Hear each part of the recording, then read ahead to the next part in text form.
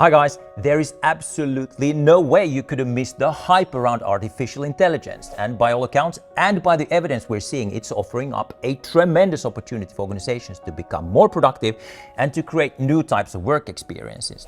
And broadly speaking, there are two major areas in a workplace that I think will be impacted. On the one hand, new built-in capabilities in the solutions we use on our laptops and smart devices, such as Microsoft 365 Copilot, allows us to be more creative when collaborating. But I think we would be missing out on a major opportunity if we wouldn't include new capabilities that are continuously being introduced into our meeting rooms. And that's why I reached out to Lars Berlau from PolyHP to explore this topic in more detail. Lars, thank you so much for jumping on this call. Thank you. Pleasure to be here. Absolutely. Listen, here's the big question. What kind of new capabilities are being introduced into endpoints, and in particular meeting room endpoints at the moment? I mean, as you know, there's a lot of things going on in Microsoft, and I think that the major thing is that Microsoft is closing the gap between Android-based and Windows-based devices. So, I mean, front row was a big part on Windows that have been introduced to Android devices as well. We are seeing now also multiple cameras coming into Android. We see content cameras. So, I mean, the gap is getting smaller and smaller. So that is really great. And we also see the Windows-based devices getting the same look and feel as we have on Android. So that is also a major thing. I absolutely see the same things you're doing. But the big question is why, and why does PolyHP feel that it now is the right time to start introducing these new features and new capabilities? I think it's really important for the users that they have the same experience and they don't need to think about if it's a Windows-based or an Android-based device. And honestly, we should stop talking about that because both of them are just an appliance-based device. So we really don't need to think about if it's Windows or Android. We more need to think about what kind of meeting do we have and what kind of features do we need to have.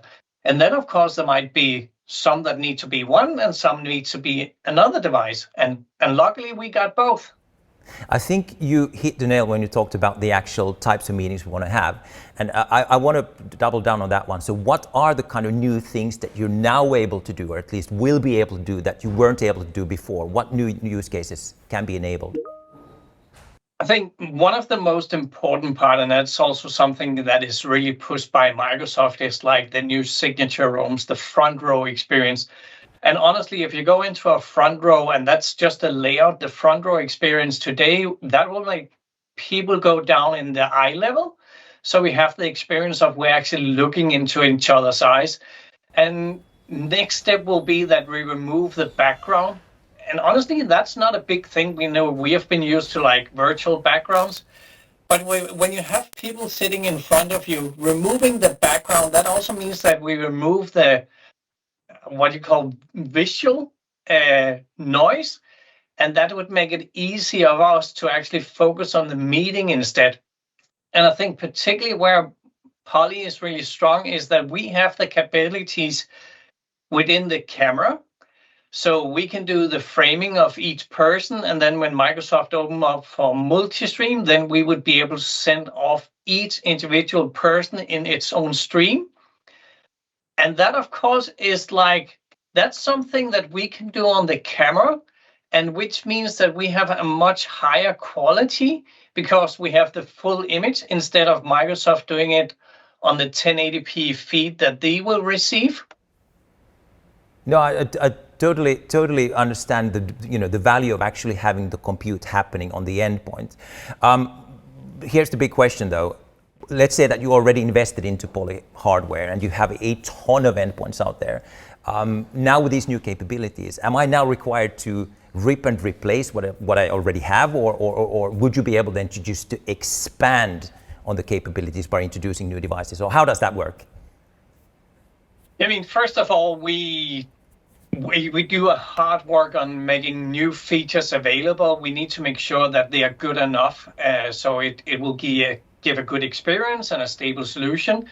So some of the features are coming out to newer devices first, but it's not there where we stop. We also do a lot of time invest in making these features available also on older products.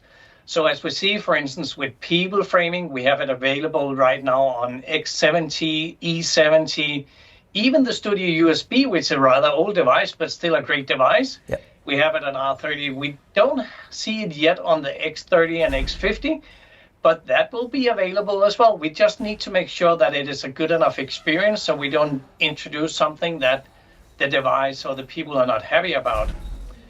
No, I think it makes a total sense commercially for anyone to actually, first of all, pick a safe platform, and that platform being expandable, so and not expendable. So I think that is one thing that you should be looking for if you are, if you're looking to, in fact, enhance the experience of any kind of meeting. I think we're pretty much out of time here. So Lars, thank you again so much. I'm a big fan of yours, and if there's anyone out there who's a big fan of Lars, you have the chance of meeting him in person. In fact, we're kicking off a series called Designing Your Future Work Experience. The first event is actually taking place in Helsinki on September 27th. So if you're interested, check the comment section below. That's you will actually meet me, but you will also meet Lars, and we can have more in-depth conversations about this. Again, Lars, thank you so much, and everybody out there, thank you so much. Have a fantastic day. Thank you.